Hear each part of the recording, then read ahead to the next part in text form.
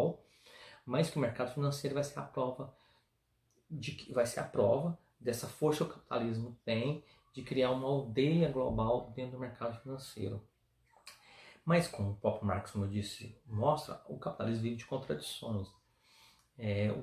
Existe nessa fase de expansão dessa agenda neoliberal, onde o Estado começa a rediscutir sua presença, sua força, numa perspectiva de que o mercado então se autorregula e que o mercado financeiro então se expandiria para o mundo todo,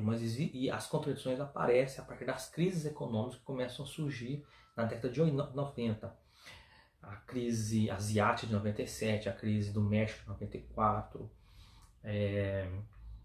depois a crise do Brasil a partir de 99 com a desvalorização do real, são exemplos de que essa autorregulação do mercado ela também pode ser falaciosa, e é falaciosa. A crise de 2008, que é a crise do subprime nos Estados Unidos, é outro momento onde mostra, a partir da crise financeira, que a agenda neoliberal de querer impor ao mundo uma desregulamentação do sistema financeiro, do sistema bancário, ele também faz parte dessa lógica das contradições do capitalismo, como a construção dessas crises, a provocação dessas crises econômicas, como eu citei anteriormente. No Brasil, há várias controvérsias e várias complexidades para compreender como que essa agenda neoliberal ela chega no Brasil. Né? A gente vê alguns relâmpagos, alguns fantasmas delas já no governo Collor, quando ele procura, ao querer combater a inflação, inclusive na própria campanha dele para presidente, ele diz em vários momentos que o Estado brasileiro é gigantesco, que existem muitas marajás, a caçada aos marajás que existe no Estado brasileiro, que é muito corrupto, que nosso parque industrial está defasado, nós temos que ter abertura comercial ao mundo, né? O Brasil tem que integrar as cadeias produtivas do mundo todo, a partir de uma abertura comercial, uma desregulamentação da economia, ou seja, está presente já, inclusive na plataforma eleitoral do governo Collor de Mello. Inclusive a abertura comercial também é um dos elementos dessa agenda neoliberal, né? Desregular tudo, desregulamentar o sistema financeiro e abrir a economia ao mundo, ou seja, a todos os processos das cadeias produtivas globais. Só que isso está muito certo, o combate à inflação que o Fernando Collor coloca não dá certo, o plano econômico fracassa, inclusive com confisco de poupança, né? Enfim, depois ele sofre o impeachment, ele renuncia à presidência devido a esse processo de impeachment que é aberto no Congresso, e aí não dá certo, e essa agenda neoliberal, ou pelo menos os relampejos dela, não avança. Com a inflação do Brasil nas alturas, a economia com vários problemas,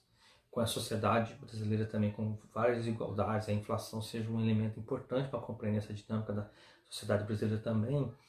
é eleito na esteira do Plano Real, que foi um plano de estabilização econômica baseada numa criação de uma moeda chamada real, é eleito Fernando Henrique Cardoso, e a partir disso, então, a agenda neoliberal começa a ganhar mais força. Há controvérsia nisso porque alguns consideram o Fernando Henrique Cardoso um presidente que implanta o neoliberalismo no Brasil, outros dizem que não necessariamente o Fernando Henrique Cardoso foi um presidente neoliberal. O que nós podemos perceber é que ele abraça alguns elementos da agenda neoliberal,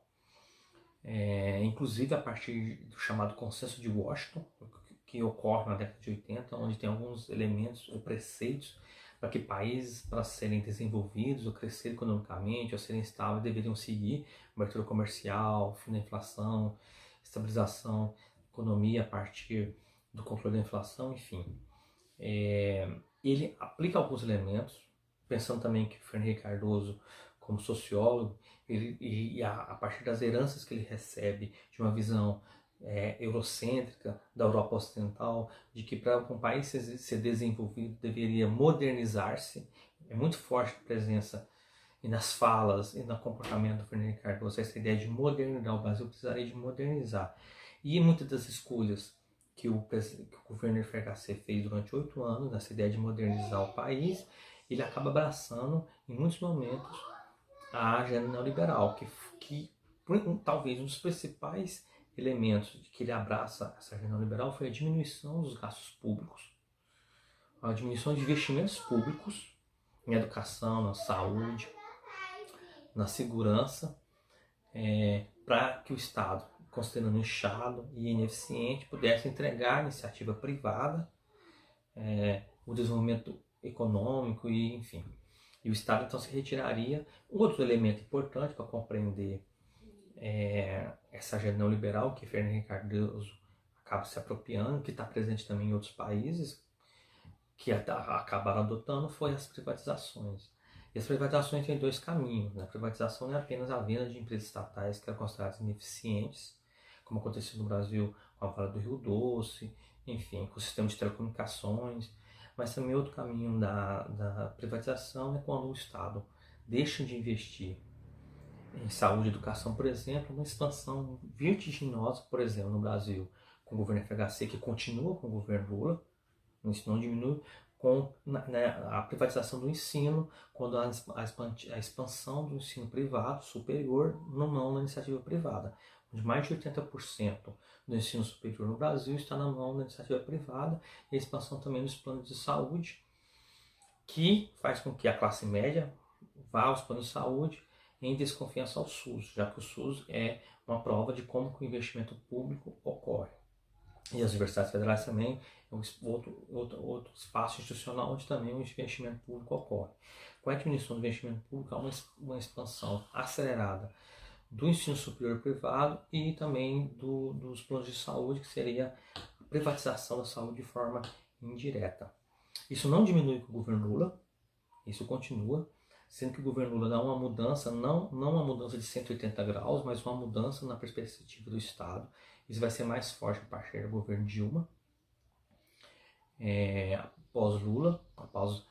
2010, na presença do Estado na economia.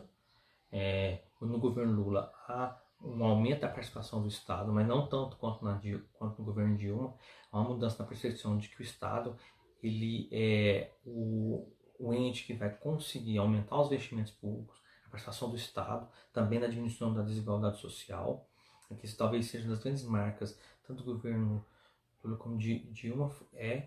o aumento do investimento público para a diminuição da desigualdade social. No governo da FHC já também um relampejo disso, mas isso não é tão acelerado e não consegue uma dimensão tão grande como foi no governo Lula e Dilma. E é interessante que essa perspectiva de que a transferência de renda para as pessoas que são menos privilegiadas ou que vivem em subalternidades, em situações de pobreza e miséria, é uma perspectiva, inclusive, muito mais liberal do que social-democrata. Por quê? Porque são aquelas pessoas que não conseguem se integrar ao mercado, se integrar à dinâmica da sociedade capitalista,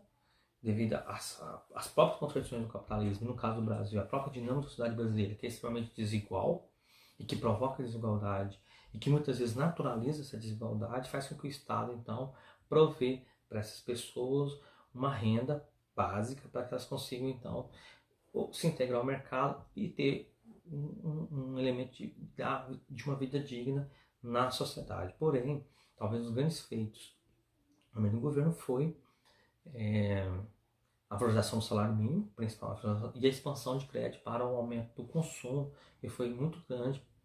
de uma base social que estava, de uma demanda reprimida muito forte, que depois muitos vão chamar de classe C, a emergência da classe C para a classe B, enfim, essa demanda reprimida que integra a sociedade de consumo. Porém, como falei no início do vídeo, o capitalismo veio de contradições, e esse modelo, que muitos chamam de lulopetismo, o lulismo, que é a expansão do crédito, a expansão do salário mínimo, ele também é contraditório. Ele se esgota, né, principalmente a partir do governo Dilma, e aí o capitalismo vive uma crise, como eu falei por há pouco, em 2008, chega ao Brasil em 2009, mas ainda existe um fôlego do Estado brasileiro ainda conseguir barrar a crise no aumento do investimento público. Porém, a partir do governo Dilma, isso começa a se exaurir, porque o Estado começa a aumentar o seu endividamento, como ocorre na década de 70 com a crise do petróleo, né? Isso é um processo cíclico. Aumenta o seu endividamento, o Estado não consegue mais ser o ente que vai conseguir continuar esse investimento público, né? E como todo modelo que se esgota, essa expansão do crédito e a expansão do crédito que fez aumentar o consumo devido a uma demanda reprimida que existia no Brasil bate no teto. E aí vem a crise a partir de 2015, quando sim o governo Dilma faz uma mudança brusca, diminuindo o investimento público, fazendo um processo de estagnação desse investimento, de uma reforma, uma reforma fiscal para que diminui isso e faz com que a economia brasileira, então, entre em recessão econômica durante 2 anos seguidos, né? A oposição, aproveitando dessa crise econômica que se abate na sociedade brasileira, consegue, né, impor uma agenda sobre a situação política e consegue, inclusive,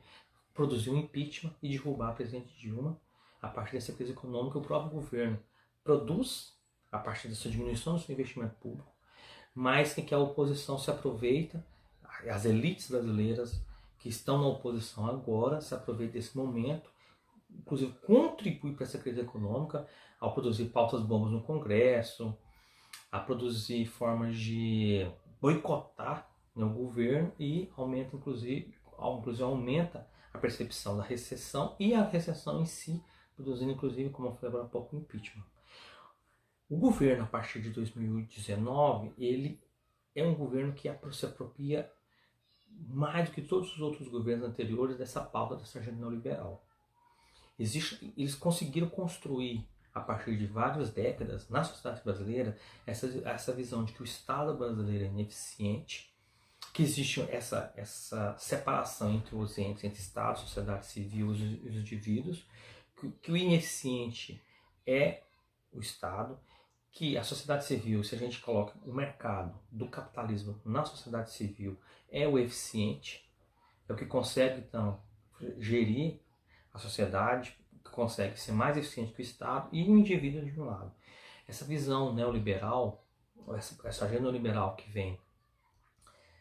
estimular a privatização, agora ele ganha mais força agora, a ideia de que o Estado, então, não pode ter empresas, não pode ter investimentos em vários setores da sociedade, isso ganha mais força, principalmente a partir, então, desse último governo.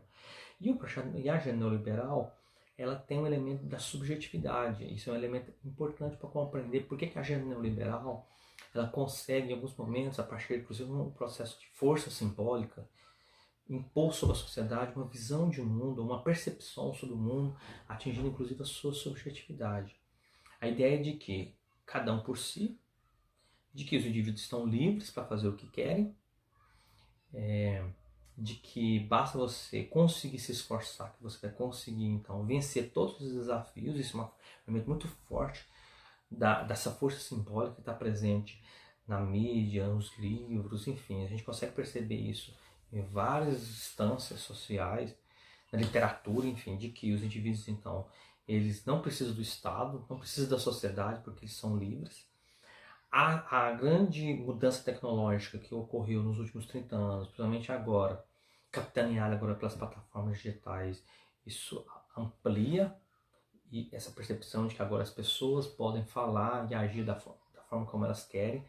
rompe e fragmenta cada vez mais o coletivo, né? As organizações coletivas, as formas talvez mais tradicionais de organizações coletivas, como sindicatos, partidos políticos, eles começam a se fragmentar e não terem mais o chamado respaldo dentro da sociedade. Isso também faz parte desse momento, como que a agenda neoliberal consegue, ou a partir de uma força simbólica, penetrar na subjetividade dos indivíduos ou dos sujeitos. Outra percepção é de que a agenda liberal começa a criar um universo simbólico de que a desigualdade social é quase como algo natural. As pessoas que são pobres, ou as pessoas que estão marginalizadas, que são subalternizadas, que têm fragilidades, elas são assim devido à culpa que elas mesmas produziram. Ou seja, a culpa é delas, a responsabilidade é delas. Ninguém deve ajudar ninguém, porque as pessoas, ao se ajudam, elas ficam acomodadas, enfim. Em todos esses elementos que nós sabemos que existem nas discussões, seja nas instâncias dentro do mundo digital ou fora dele, é também uma consequência